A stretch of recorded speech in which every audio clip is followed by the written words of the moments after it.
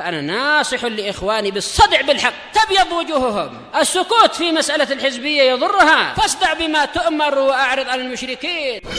سلامي على دماج ورجالها والشيخ يحيى ودار العلم يا سعد بانيها. الرحيم. Qala al-Imam Ibnu Katsir rahimahullah. Baik, kita masih di 217 dari Al-Bidayah wa Nihayah. Wa dzakara Abu Ja'far Al-Baqir anna Adam. Nah, ini beliau tahu dari mana? Beliau dari kalangan tabi'in. Namanya Muhammad bin Ali kalau tak salah ya. Abu Ja'far, iya Muhammad bin Ali kalau tak salah. Dari keturunan Al-Husain. Anna Adam kana mubashiran litaqarrubihima al-qurbana. Bahwasanya Nabi Adam itu yang langsung mengurusi pemberian kurban, yang persembahan kurban yang diberikan oleh kedua anak itu. Kalau dalam cerita yang sebelumnya apa? Yaitu Adam waktu itu sedang pergi haji. Entah siapa yang betul, karena ini tidak dari Rasulullah dengan sanad yang sahih. Tayyib, wat taqabbuli min Habil duna Qabil. Ini maktuf kemana tadi? Litaqarrub kah mubasyiran. Dan dialah yang mengurusi langsung diterimanya kurban dari Habil, bukannya Qabil. Dan jelas Nabi Adam sebagai nabi, beliau menyampaikan wahyu dari Allah, yang diterima ini, yang tidak diterima adalah ini. Itu mungkin saja, bukan melalui perantaraan turunnya api. Allah lebih tahu. Faqala Qabil li Adam, maka Qabil berkata pada Adam, innama tuqbila minhu li'annaka da'autalah, hanyalah diterima darinya korban dia karena engkau berdoa untuk dia.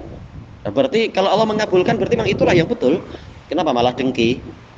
Berarti memang pilihan Nabi itu yang terbaik. Kalau dia baik sangka kepada Nabi tentunya, dan ayahnya Nabi, tapi malah buruk sangka. Intinya ayahnya dituduh sudah pilih kasih, langsung menuduh macam itu. Walam tad'uli, dan engkau tidak berdoa untukku. Baik. Wa tawa'ada akahu fima bainahu wa bainah, dan si Qabil mengancam saudaranya tatkala hanya berduaan. Falamma kana dzata lailah, tatkala di suatu malam, abta'a Habilu firra'i, Habil lambat di dalam penggembalaan, mungkin belum pulang. Faba'atsallahu akhahu Qabil. Nah, ini masalah kalau ceritanya betul. Yang dikirimkan adalah yang membenci. Nabi Adam mengutuskan saudaranya yaitu Qabil liyangzura ma abta'a bih, untuk melihat apa yang menyebabkan dia lambat. Falamma dzahaba idza huwa bih, tatkala dia sudah pergi, ternyata dia mendapati saudaranya itu. Faqalalah, maka dia berkata kepadanya, tuqbila minka walam yutaqabbal minni, korban diterima darimu dan tidak diterima dariku. Faqal innama yataqabbalullahu minal muttaqin. Maka Habil mengatakan, Allah hanyalah menerima dari orang-orang yang bertakwa. Faghadiba Qabil indaha, maka ketika itulah Qabil merasa marah. Berarti apa? Penyakit dengki muncul, dengki pada ketetapan Allah Ta'ala. Wa darabahu bihadidah, dan dia memukul Habil dengan besi kanat ma'ah, yang bersamanya. Faqatalah, maka dia membunuhnya. Wakil ada yang mengatakan, ya intinya mengqila, karena kita tahu dari mana, tak ada wahyu yang jelas dalam masalah serinci ini. Tidak ada wahyu yang serinci ini. Innahu innama qatalahu bi sakhratin ramaha ala ra'sih, bahwasanya dia hanyalah membunuh si Habil dengan batu karang yang dia lemparkan ke kepala Habil. Wa huwa naim, dalam keadaan Habil itu sedang tidur. Fasyada khatfu, sehingga batu itu memecah kepalanya. Alhamdulillah. Entah caranya gimana, yang pasti dia telah membunuh saudaranya gara-gara kedengkian. Wakil ada yang mengatakan bal khanaqahu khanqan syadida, bahkan dia mencekik saudaranya dengan cekian yang keras. Cuma Anda tahu dari mana masalahnya itu? Kita tak tahu, ini berita gaib. Wa addon itu Adun kan menggigit kan ya. Wa addu alaihi bin nawajiz. Wa adon kama taf'alus siba. Ya dia menggigitnya bagaikan hewan buas menggigit. Berarti apa? Vampire. Famat, maka saudaranya pun mati. Wallahu a'lam. Wa qauluhu lahu, ucapannya kepadanya, lamma tawa'adahu bil qatl, tatkala dia mengancam saudaranya dengan pembunuhan.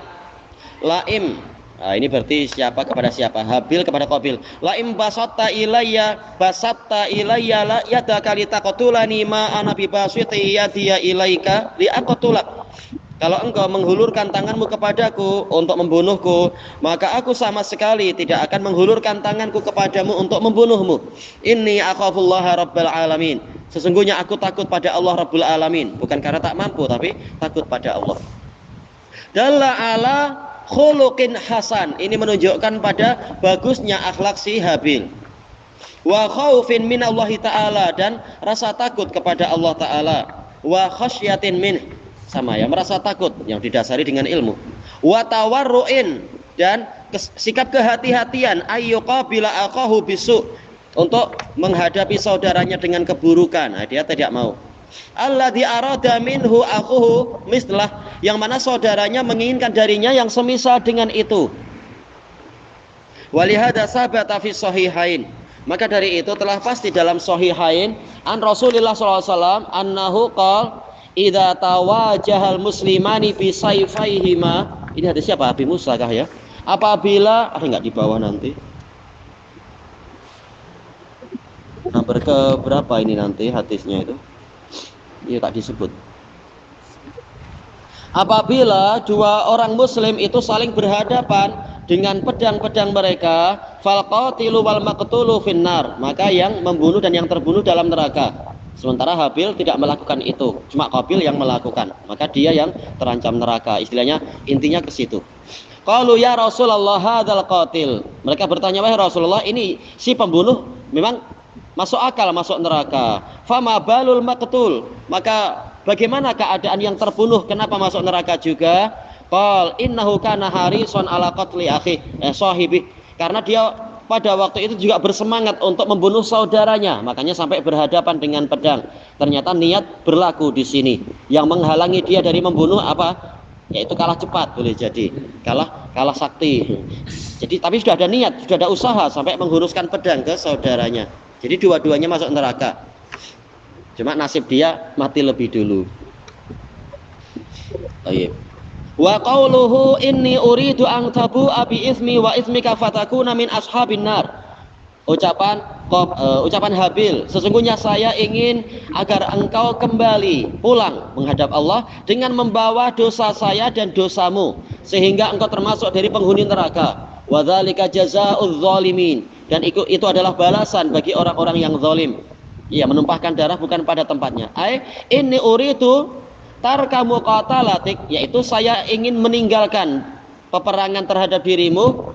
Wa in kuntu asyadda minka wa aqwa, walaupun aku ini lebih asyad, berarti apa ya, keras kah atau lebih kuat, tapi nanti ada lebih kuat, mungkin apa, lebih perkasa dan lebih kuat daripada dirimu. Id qad azamta ala ma azamta alaih, karena engkau telah bertekad melakukan apa yang engkau tekadkan, yaitu membunuh. Apa yang saya inginkan, angtabu abi ismi wa ismik, engkau kembali menghadap Allah dengan membawa dosa saya dan dosamu. Iya, dosa orang yang terzalimi dipikulkan, karena di hari kiamat tidak ada lagi dinar dan dirham, maka memikul dosa dari saudaranya. Ai tatahammalu isma qatli, yaitu engkau memikul dosa membunuh diriku.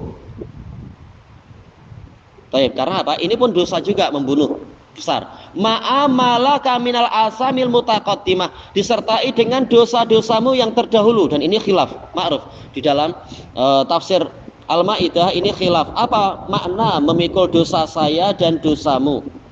Sebagian ulama mengatakan ini, yaitu dosamu yang terdahulu dan dosa karena membunuh saya. Yang lain mengatakan apa? Yaitu engkau memikul dosa saya sebagai ganti atas kezalimanmu. Dan itu lebih jelas. Karena apa? Lafaz yang pertama dinisbatkan pada saya, dosa saya, ma'ruf kan, dosa saya berarti dosa yang saya miliki, bukan dosa karena membunuh saya. Memang ini khilaf, tapi pendapat kedua lebih rajih. yaitu memang dosa saya. Karena nanti semua kezaliman akan dikembalikan. Kalau tidak ada pahala, maka berarti apa? Dia yang memikul dosa dari orang yang terbunuh itu. Sebagaimana di hadis-hadis. Baik. Di dalam Jami' Ushahih punya Imam Al-Wadi'i. Qabla dzalik, sebelum itu, qalahu Mujahid wa Suddi wa Ibnu Jarir wa ghairu wahid. Wa laisal muradu anna asamal maqtu tatahawwalu bi mujarradi qatlihi ilal qatil. Dan bukanlah maksudnya dosa-dosa orang yang terbunuh berpindah dengan semata-mata dia dibunuh, pindah kepada si pembunuh. Memang waktu di dunia belum, tapi di akhirat saat mengembalikan kezaliman, ya memang yang tersisa itu kalau tidak ada pahala yang cukup.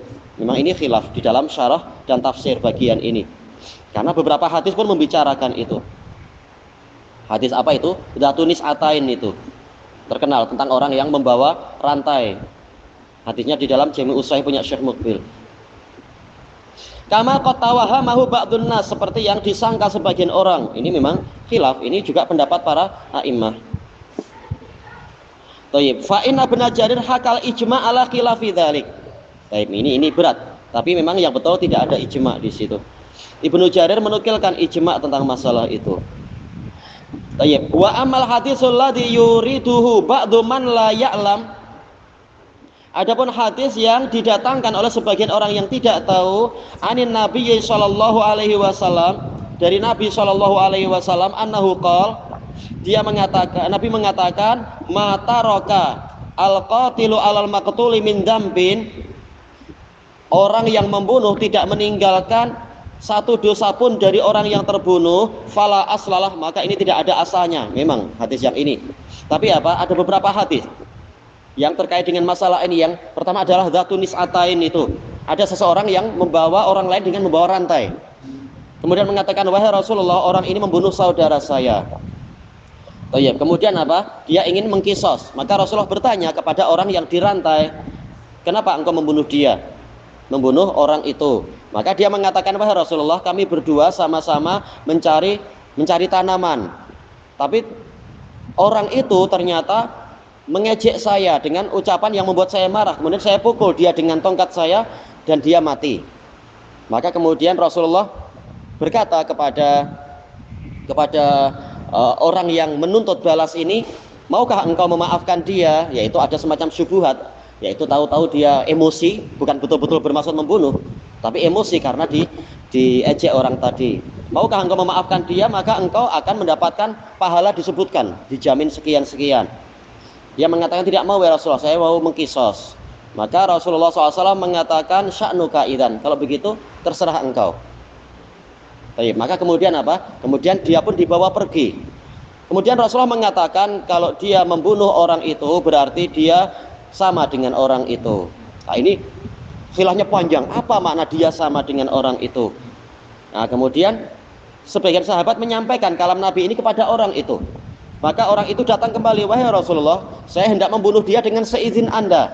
Maka Rasulullah mengatakan, yaitu orang itu memikul dosa saudaramu. Maka kalau engkau membunuh dia, maka engkau posisinya sama dengan dia sebelum dia dikisos. Itu dalil pertama, menunjukkan memang orang yang terbunuh itu dosanya akan dipikul, kemungkinan besar. Kalau tidak ada pahala yang cukup, dia akan dosanya akan dipikul oleh si pembunuh. Dalil yang kedua adalah hadis Abu Dzar itu. Tatkala ditanya bagaimana kalau terjadi fitnah, wahai Rasulullah, saya akan menggunakan pedang saya. Rasulullah mengatakan, dan artinya sahih dalam Sahih Musnad itu, kalau Rasulullah mengatakan, maukah engkau aku tunjukkan yang lebih baik? Ya wahai Rasulullah. Kemudian Rasulullah mengatakan, engkau patahkan pedangmu, engkau masuk ke dalam rumah, kemudian engkau tunggu. Yaitu kalau sampai mereka masuk, maka bersabarlah sampai engkau terbunuh, maka orang itu akan memikul dosamu. Hadisnya banyak tentang masalah itu. Kemudian dia mengatakan, Abu Dzar, wahai Rasulullah, bagaimana kalau saya takut melihat kilatan pedang? Rasulullah mengatakan, pejamkan matamu. Menunjukkan memang ancamannya dia akan memikul dosa sesuai dengan dohir ayat bahkan. Bukan langsung dosanya berpindah, karena apa? Ayat sudah mengatakan, wala taziru waziratu wizra ukhra, orang yang berdosa tidak akan memikul dosa orang lain. Memang itu betul. Cuma di hari kiamat, ma'ruf dalam hadis Abi Hurairah itu tentang apa? Kalau dia tidak punya kebaikan lagi, maka dosa temannya akan diambil dan dipikulkan pada dia. Baik. Kemudian kita lanjutkan, kata beliau di sini, wala yu'rafu fi syai'in min kutubil hadis bi sanadin sahih. Ya, untuk yang lafaz tidak meninggalkan dosa sama sekali, ini tidak dikenal di dalam kitab-kitab hadis dengan sanad yang sahih sedikit pun. Wala hasan wala dhaif aidan.